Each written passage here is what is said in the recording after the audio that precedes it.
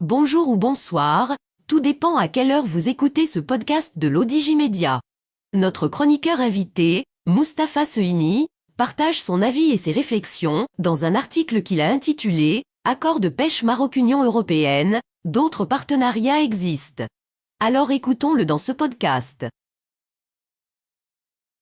L'auteur commence son article ainsi. En attendant les résultats de la concertation et de la réflexion commune Maroc-Union européenne, le Royaume aura à mettre en œuvre une politique globale redimensionnée et réarticulée de la valorisation de ses ressources halieutiques.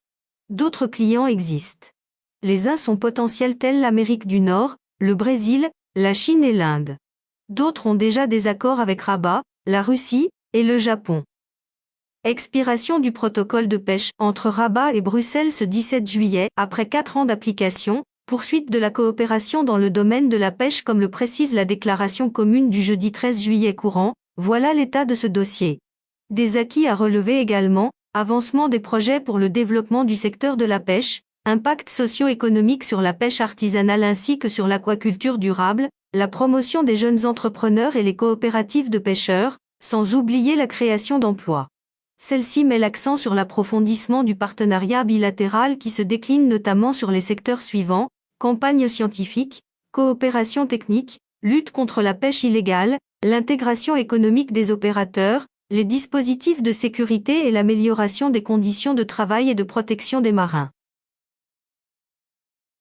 L'auteur poursuit son article ainsi. Nouveau partenariat, 3 paramètres.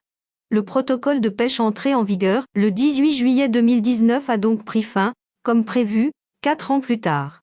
Le Maroc durant les derniers mois n'éprouvait aucune fébrilité ni inquiétude à cet égard. Aucun contact négociatoire n'avait d'ailleurs été initié à ce sujet, ni à Rabat ni à Bruxelles. Dans le Royaume, une évaluation avait été faite. Elle a conduit à la nécessité d'une mise à plat dudit protocole et à une mise en perspective nouvelle en la matière. Le ministre des Affaires étrangères Nasser Bourita a d'ailleurs précisé les termes, voici quelques jours à peine, lors du point de presse tenu à Rabat, à l'issue de la 3e réunion ministérielle du processus des États africains atlantiques, l'expiration de ce protocole était programmée, sa mise en œuvre avait été satisfaisante, et globalement la coopération en matière de pêche avait été positive et mutuellement bénéfique. Il a aussi ajouté qu'une réflexion commune entre Rabat et Bruxelles, dans le cadre d'une commission mixte, était menée pour une évaluation conjointe des 4 ans de son application. En même temps, le Royaume avait entrepris une nouvelle appréhension à propos de ce protocole et de son avenir. Il a précisé qu'elle prenait en compte 3 paramètres.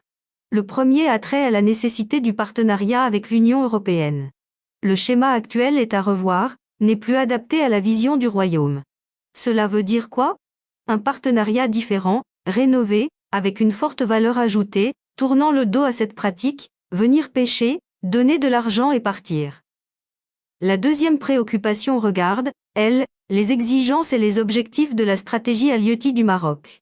Celle-ci définit des objectifs de développement du secteur de la pêche, qui ne peuvent évacuer une stratégie commandant l'optimisation d'éventuels accords bilatéraux ou multilatéraux.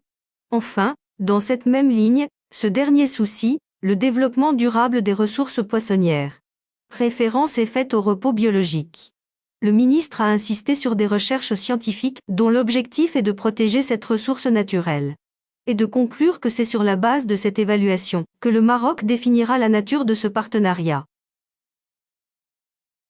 L'auteur continue son article comme suit. Plénitude d'un droit souverain. Le protocole de pêche 2019 à 2023 a été pratiquement un accord de première génération.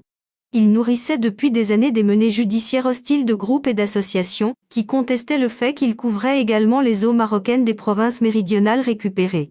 La Cour de justice de l'Union européenne l'avait ainsi invalidé le 29 septembre 2021. Un pourvoi a été interjeté par la Commission de Bruxelles, qui a maintenu son application jusqu'à son terme le 17 juillet 2023. Cette haute juridiction européenne doit se prononcer d'ici la fin de cette année. Soit dans les 5 mois à venir, et bien avant le protocole de pêche aura expiré ce 17 juillet. Que fera le Maroc d'ici là ? Mettre en œuvre une politique globale redimensionnée et réarticulée de la valorisation de ses ressources halieutiques. D'autres clients existent. Les uns sont potentiels tels l'Amérique du Nord, le Brésil, la Chine et l'Inde. D'autres ont déjà des accords avec Rabat, la Russie et le Japon. Sortir du protocole de pêche avec Bruxelles n'a pas un coût insoutenable, tant s'en faut. Après tout, la compensation financière de l'Union européenne n'était sur les 4 ans que de 208 millions d'euros, alors que les exportations marocaines des produits de la pêche dépassent annuellement les 2,5 milliards de dollars, 24,2 milliards de dirhams. Si le protocole de juillet 2019 pouvait présenter quelque intérêt pour le Maroc, voici 4 ans, c'était surtout parce qu'il était élargi aux eaux maritimes du Sahara marocain.